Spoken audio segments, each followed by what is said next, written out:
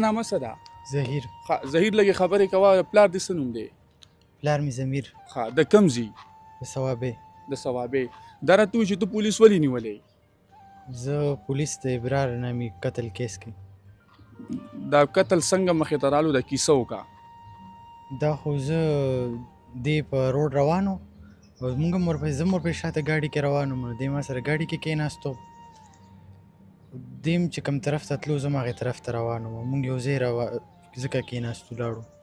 په لاره چې روان وو نو په دې کې پې ما تمانچه راوښکله. دا خو شیشې طرف ته مو خو ماتې ډزو وباسلو.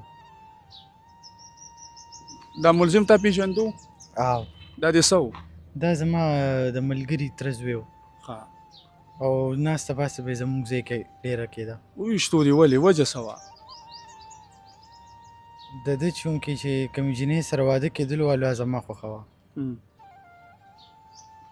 ستا خوښه وه؟ هغې درته ویل چې وله تا که نه خپله؟ هغې نه دي ویلې. هغې دغه خبره هم نه ده څه نه. هغې نه دي ویلې. دا زما دغه و خپل دغه مې و چې ما ویل چې اوس واده کېږي هغې ته ټینګېدی نه شومه نو ځکه. نو دا خو به راته پته و چې د هغې په کم تاریخ واده و؟ چې تاریخ و تقریبا. نو تا اوس په دې کې څه بیل و؟ ځان هر څه. نو اوس دلته ولاړې په دې څیز به ته واقع چې خپېمانه مې دا چې کوم هلک ابرار و دا خو تعلیم یافته و. دا خو د دې لکه د تره کور رشته و. تا دې کې د دې څه مشران خبر نه کړو؟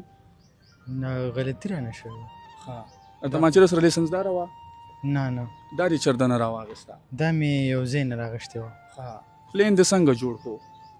اچانک جوړ شو. بس دا هغه دماغ کار ونه کو اچانک.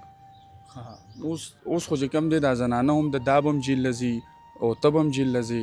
نو اوس تا لکه پخپله اوس د سوچ له سره رالو، ذهن له دې سره رالو، ته پخپله هم چې کوم دی کموم رهی.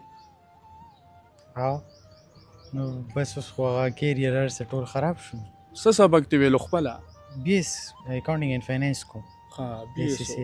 بی ایس دې کولو؟ ای سی سی ای. نو ته ډېر تعلیم یافته یې که نه؟ خو چې کله تعلیم یافته خلک داسې کوي بیا به خلک ګیلې د چا نه کوي؟ لږ ساعت ودرېدم او بیا روان شوم.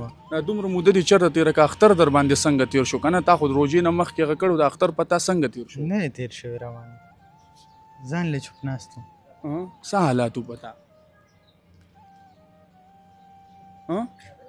ډېر سخت. څه ویل غواړئ؟ نه نه. لکه دغه شان کیسو کې څه کول پکار دي بیا دپاره؟ د عقل نه کار اخیستل پکار دي. خپل مشرانو سره کېناستل پکار دي. هغې سره ډسکس کول پکار دي. خو یو ځوان ابرار یو تعلیم یافته و نرسنګ افسر و ولته 2 کاله په کانټریکټ وشو او د جینۍ هم چې کوم دی د خپل تره زوی خوښ نه و که نه؟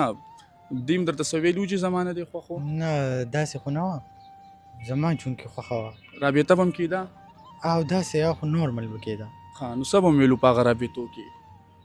داسې د غلطې خبرې خو یو قسم نه چې لکه چې په کومه ورځ هم دا وکوو که دا مړه وشو تا ورته څه وویلو؟ بیا خو به دې ورته ویلي چې دا لږ ساعت پهله دې ته خبره کوله ما چې دا 9 لسمه پورې یې لږ نو د جینۍ ولسه ډېر ناشنا دغه ښکاري. بیا چې د یونیورسټۍ ته ورو راشي هغه ذهن نه دغه وځي بیخي. زه خپله ایم ساینس یونیورسټۍ کې یم. ذهن نه بیخي دا هر څه چې دا هلک دی او دا جینۍ دا ډفرنټس خو چونکې اوس ځکه که ویم چې زه خبرې مې کول هغه غلط روح وله ورکړي ډایرکټ چې هغې به هم د سر په غلط نیت کولی. صحیح ده. الله دې په تا رحم وکړي. امین.